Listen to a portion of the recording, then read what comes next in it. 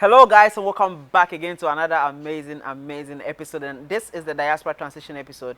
We speak with diasporan who relocated from the diaspora and currently living here on the continent, and we have a dialogue with them. We speak with. This is Africa. You can hear in the background there's some birds chirping. This is pretty. This is nature, okay? But yeah, we speak with diaspora. We ask them why you decided to leave US to come to Ghana. We speak with them how is it like living here in Ghana. And today we do have a real current guest.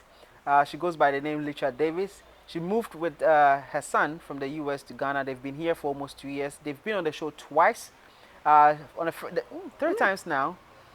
Three times. The first time she was on the show with her son.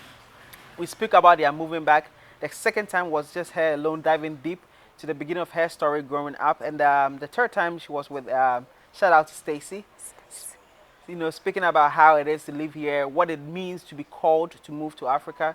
And today we are here to speak about something way different, and you're going to be very excited about this one. So if it's something you are, interested, stay tuned. So without further ado, um, Letra Davis, welcome back again on the show.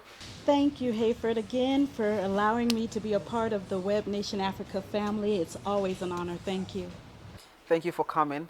And always there's new audience watching us. Someone might be watching right now. They might not know who you are. Can you please briefly introduce yourself again to the audience watching for the first time? Okay, so as you said, my name is Letra Davis. I come from a wonderful state called Colorado, from Colorado Springs. Again, 719, always giving a 719 shout out. My love is life. I enjoy life. I enjoy family. I enjoy music. I enjoy helping people succeed in all areas. So I love to bowl.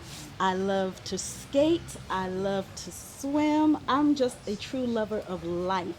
And I love living it to the fullness to my ability. I like that. I like that. Now, your journey has been an inspiration for people. I have a lot of people who watched you before they moved to the Ghana, and I want you to let's have a conversation. Okay. You've been here for 2 years. That's a lot of experience living in Ghana. I wanted to talk about the ups, the downs. If you don't mind, and you know, 2 years into the journey. Yes. Okay, how has it been living in a country, Ghana, where you have nobody but your son, and trying to start a new life here on the continent because you were called Yeah. to do so? Well, I'll tell you, Hayford, I try to stay balanced, as you and I have spoken again about, with presenting the truth. You know, some people they just only want to present the Instagram deal and all of that. Exactly. But there's a lot of things that go into totally shifting your life and relocating. And as you mentioned, it was just my son and I that came, and some of my other children, they've stayed in the States for the need, they need to live their lives. So that was hard. Readjusting to not being around my entire family is really, really hard. Yes, being here without the majority of my core family is extremely difficult. When you're a close knit family, as stated, it's very difficult when you're a close knit family to be very abruptly removed. I did not come to Ghana frequently every so many years like many diasporans do before they make their final transition. I literally moved and that was it. So when there's a family emergency, and whereas I used to could travel 5 hours, 6 hours away to be with a family member instantly, that's not the option right now. And so it's just a very hard adjustment with that. But my family is so beautiful in that we have made very intentional efforts to stay in communication as best as possible and as much as possible as our schedules allows. But we truly do make the time. So I'm blessed in that way that our connection hasn't waned or lessened, but it's actually stronger because we really value each other in that way. And we set that before Michael and I moved, because it was important to me for them to know that you're in my heart, no matter where I am in the world, and I want to know that I'm in your heart no matter where I am in the world, or vice versa. So that's that. For 2 years, we've dealt with that. But again, we're just consistently nurturing our relationship with our family members. The other aspect of moving to Ghana is that there's a lot of great things that I feel like I have achieved here, such as I've been able to purchase land, I've been able to start building my house.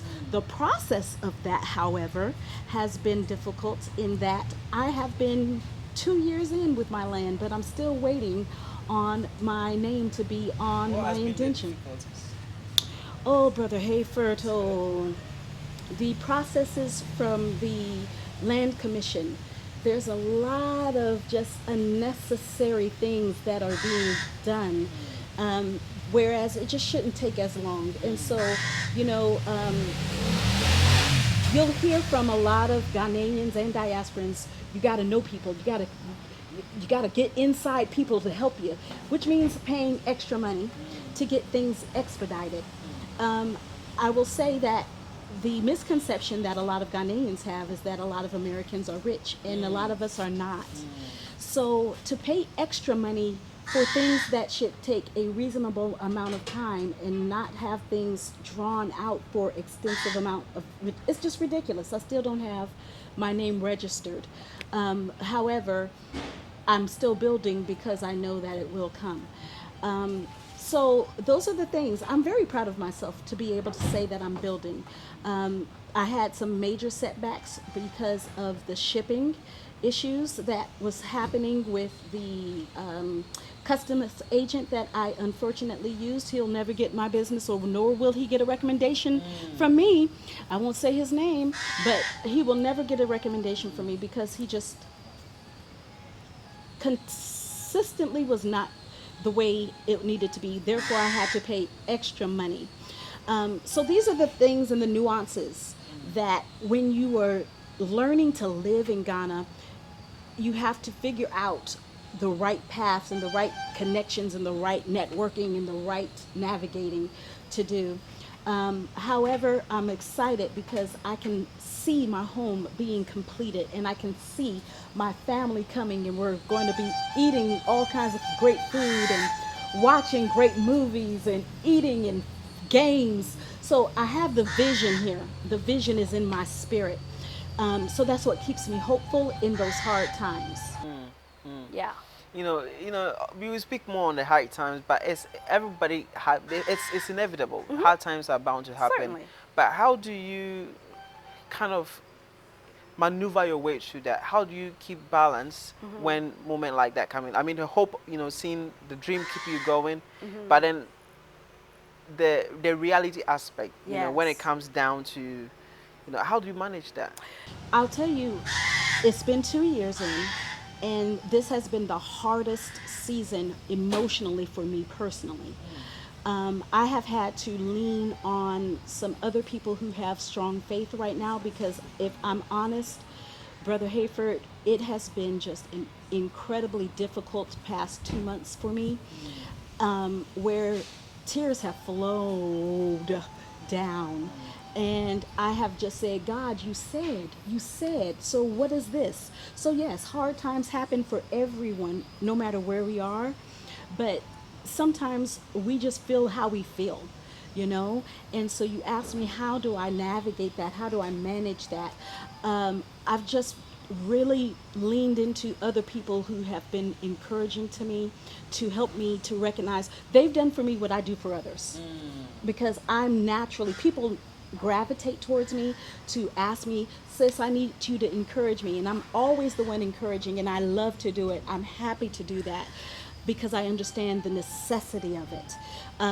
To be a shoulder for somebody to cry on, I understand that. But it's been my season now to be the one that I needed to lean my head on somebody and cry. And I'm just telling you, this past week, What you took know, you there? What took you to that emotion? oh, just the my business that I have, Lily's Consulting Solutions. It's not taken off as fast as I would have liked it to. And it costs money to start a business. It costs money to maintain a business. It costs money to promote a business. All of it costs money.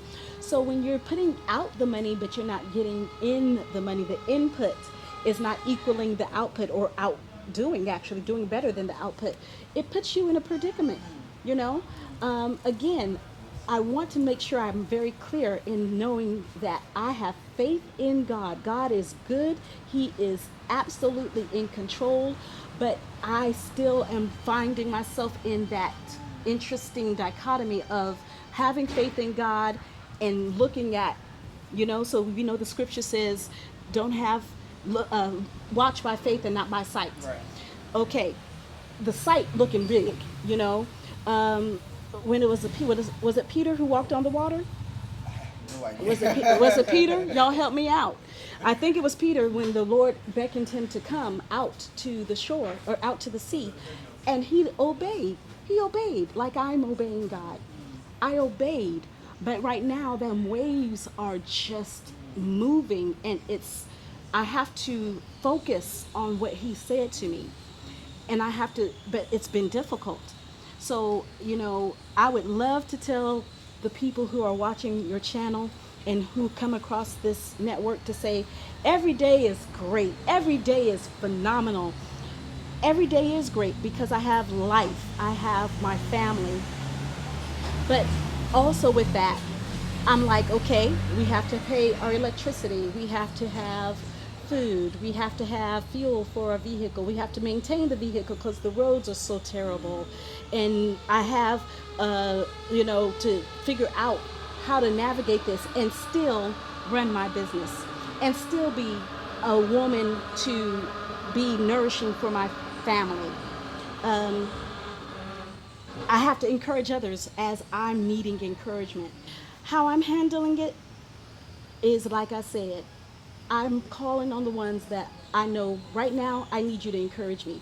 I need you to help me remember what I told you about the beginning of this journey. And they say, Letra, you remember when you said, and this is what your intentions were, this is the vision, this is the desire, this is the passion. They have to repeat back to me what I once said so that way my focus is back, you know. Um, that's how I'm handling it. Mm. And I think I've met few people who moved from the diaspora, came to Ghana, they didn't have any family, and the journey gets tough where they sometimes have to just bounce back or whatever that is, just come back again and keep it going. Um, what would you say has been? Do you feel like how many times have you gotten to a point where you feel like maybe I should call it a day with this dream? How many times have you seen yourself there? I've never said I want to call it quits for the dream, but I will be honest with you and say maybe I need to readjust to the point where I put the dream on hold for a moment. I've been there, and that happened last week, you know. And it was my son who says, Mom, no, it is not what you said God said, and we're going to stay faithful to what God said. So the things that I've trained my children in over the years of their lives to instill in them to have trust and faith in God, now it's them repeating it back to me. And I never want to be a person where I feel like I can't stand it. I can't stand it when some folks act like they got it all together all the time. You know, That's mm-mm. not true at It's all. not realistic. It's not realistic. And so for me, when my children are now helping me to remember the lessons that I taught them for my own life. I'm not like, well, I'm the mother. I'm older than you. No, I'm humble to recognize, okay, I'm having a moment of struggle right now, and they're imparting into me what I have trained them and imparted into them all these years.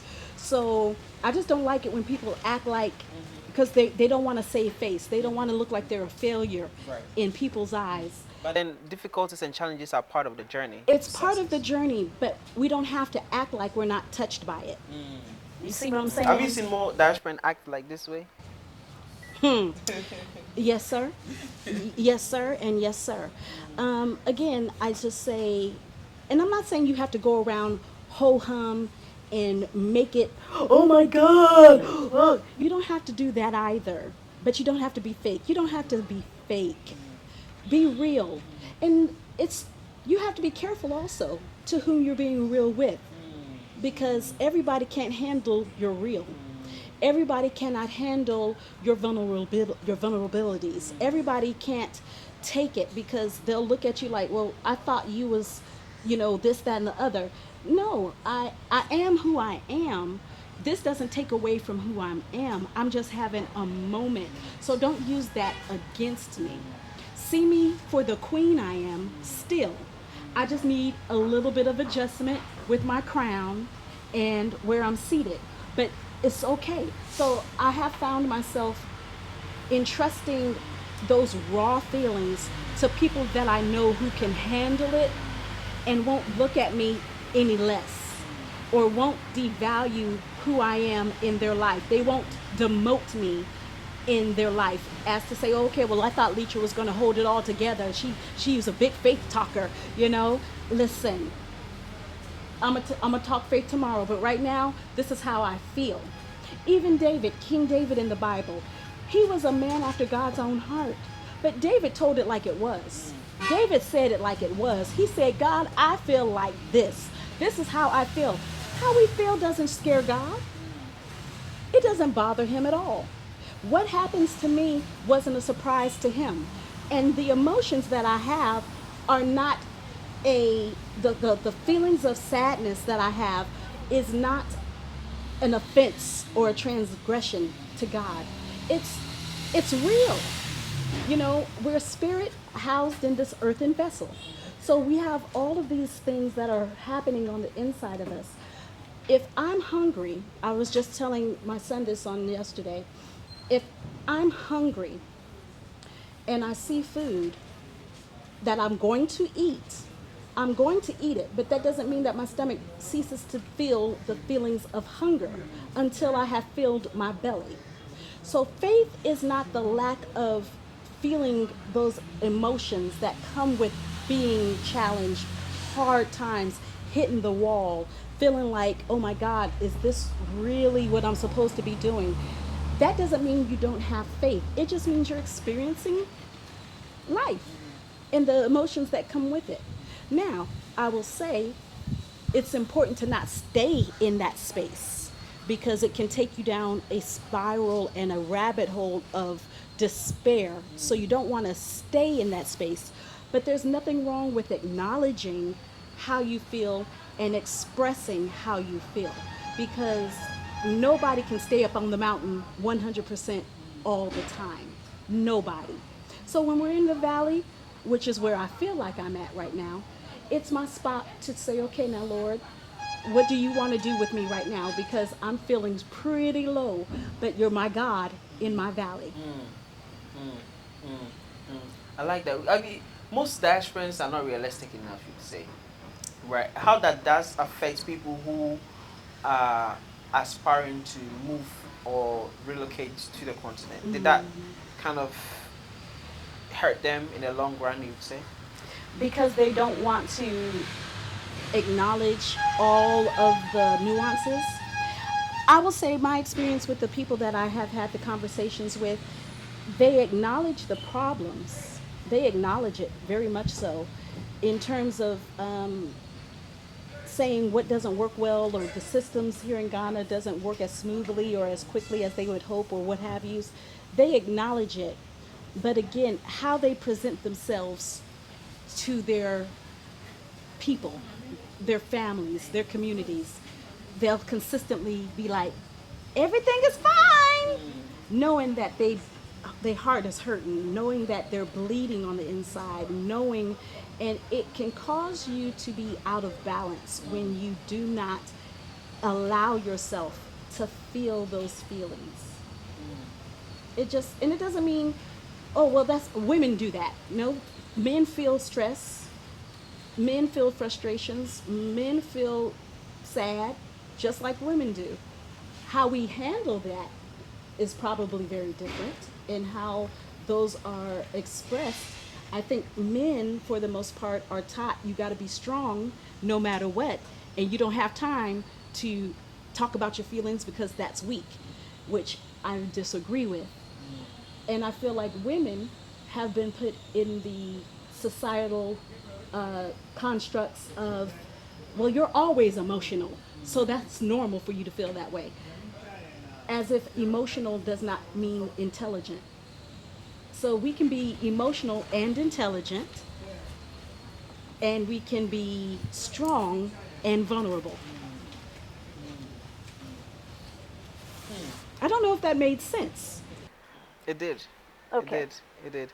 For vulnerability, moving from the US alone with your son, what would you say puts you in the position of vulnerability with on this journey?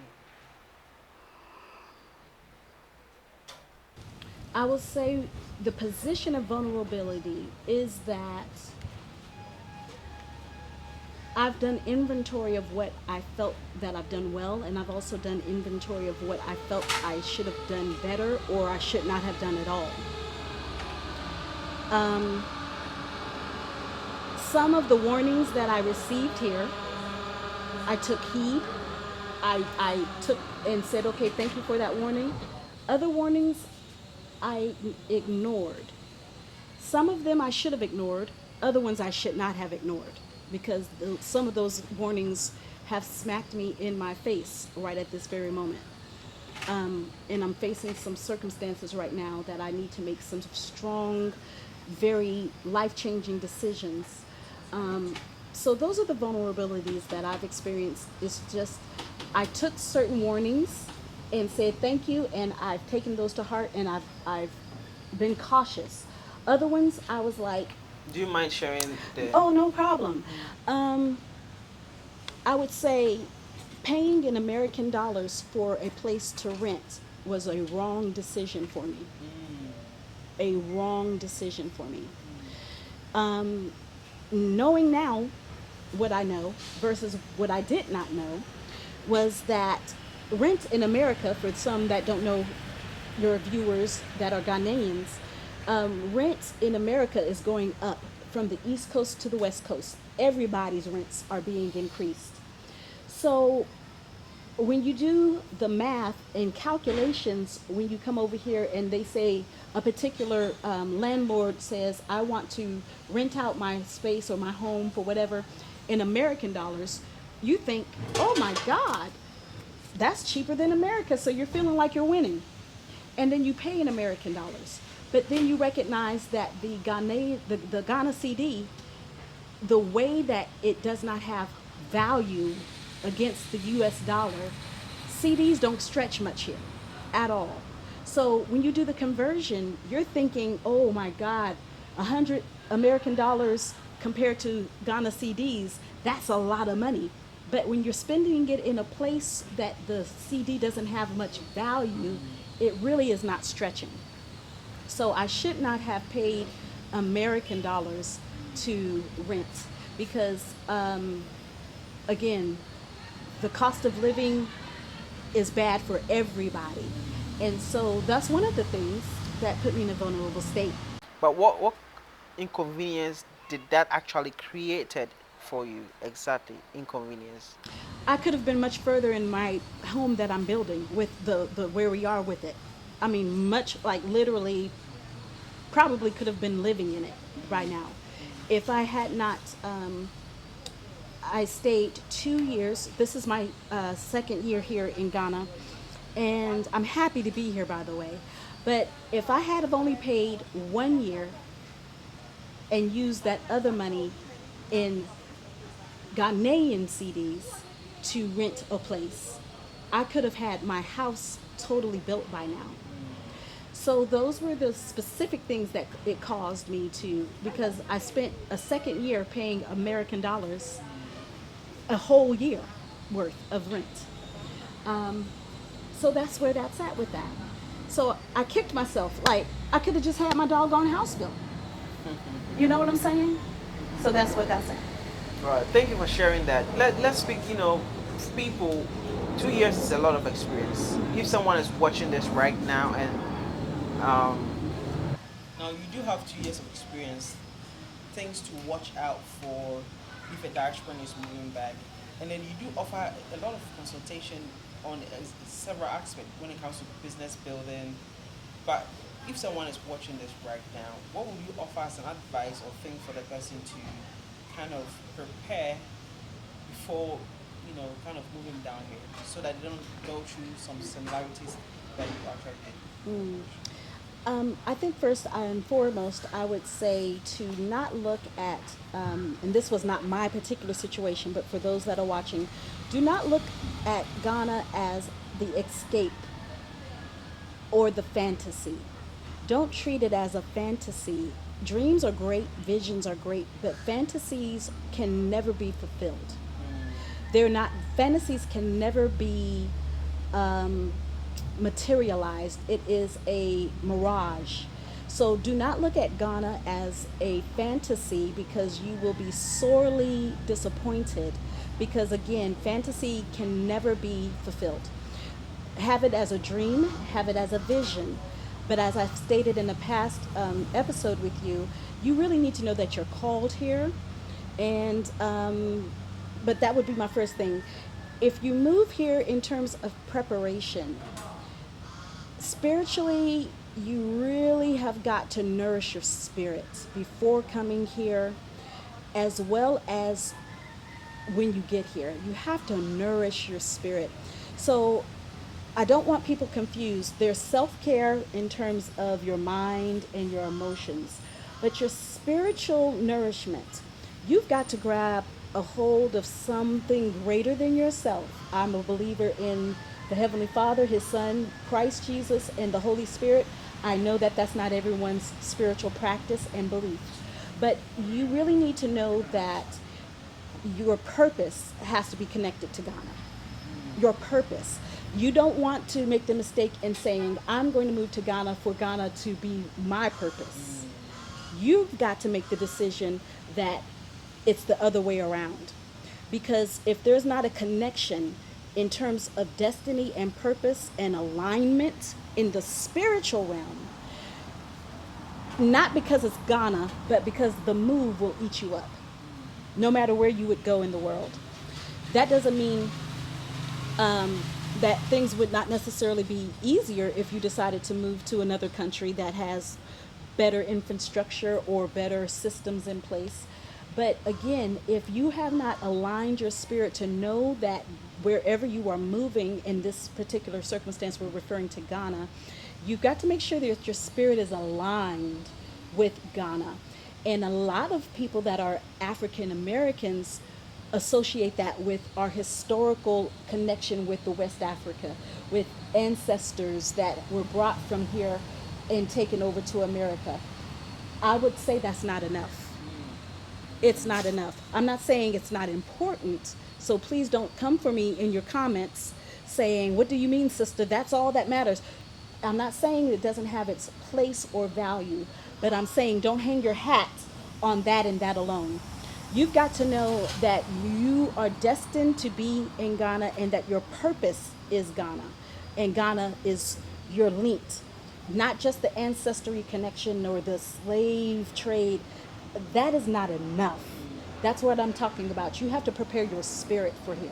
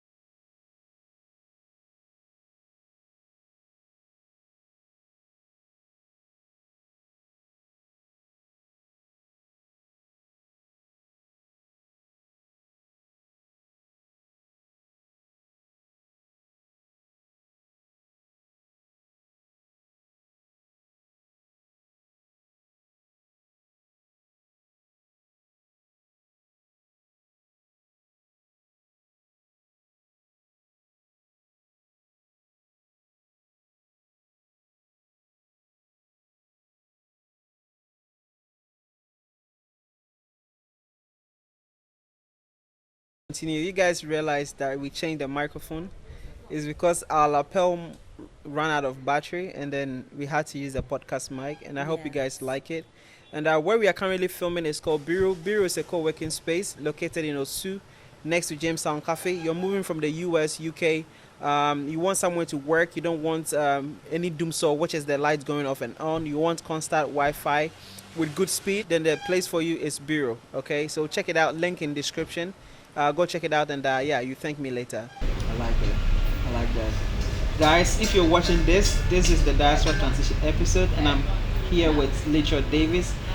She's a Colby consultant. Yes, Colby, right? Colby. The name, I always get You it. got it right. Yeah, and man, anytime I'm with her, I get so much wealth of knowledge from her. And if you're watching us, please do reach out to her. You're Yes. trying to, moving back here. You want to do a business. You don't know what what employees to get. She does all those work for you, recruiting the best people, to help you accomplish your dream. All those things. Reach out to her. Email in the description as well on the screen. And if it's your first time, please don't forget to like the video, share to friends and family, subscribe, comment down below. You agree with her, you disagree, whatever it is. Comment down. Let's get the engagement going. And also, you said you have a YouTube channel coming up too. Yes, so my son Kayvon, who's phenomenal in all things, I do have a YouTube channel for my business, Lily's Consulting Solutions, and we're developing that. But we're going to be doing a new TikTok channel that's going to be me singing. And so that's going to be really great. And he's the production lead for that. And so I sing and he tells me what to do and I do it. But that's coming. But I also want to ask you, Hayford, in our closing, I want to see how many subscribers do you have right now? 43,000. Yeah, 43,000. Can we get, before the end of 2023, how many do we want? I don't know, 100K. We want Hayford to have over 100,000 subscribers by the end of December of this year. Wow. Will you all help us do that for Hayford? He is being a blessing to us with this content, and he didn't pay me to say this. I'm telling you, I need you all to help him reach that, because it doesn't, to do what you all don't know, the behind the scenes, the work that goes involved with him bringing this level of content to you all. Please help him reach 100,000 subscribers by the end of December. The stuff that he's coming up with in the next 3 months, crazy. You're going to love it. Yes. Help us do it. Thank you. Thank you for the word so sweet. Yes. I appreciate it. And yeah, guys, it's a lot. When I checked my algorithm and I realized that YouTube said almost 80, it was 86, right? Now it's down to 83%. People actually watching that's not subscribed, but they love it. Yes. Maybe they forgot to. Oh, they just need to just subscribe and like and comment. Yeah, there's so many things coming your way. We have about 4 different segments coming by the end of the year. Yes. That you really enjoy. So stay tuned and join the family. So without further ado, can we say bye bye to them? Bye. Right. Thank you so much for watching. Get in contact with me so I can help you. All right, guys, peace out. Peace.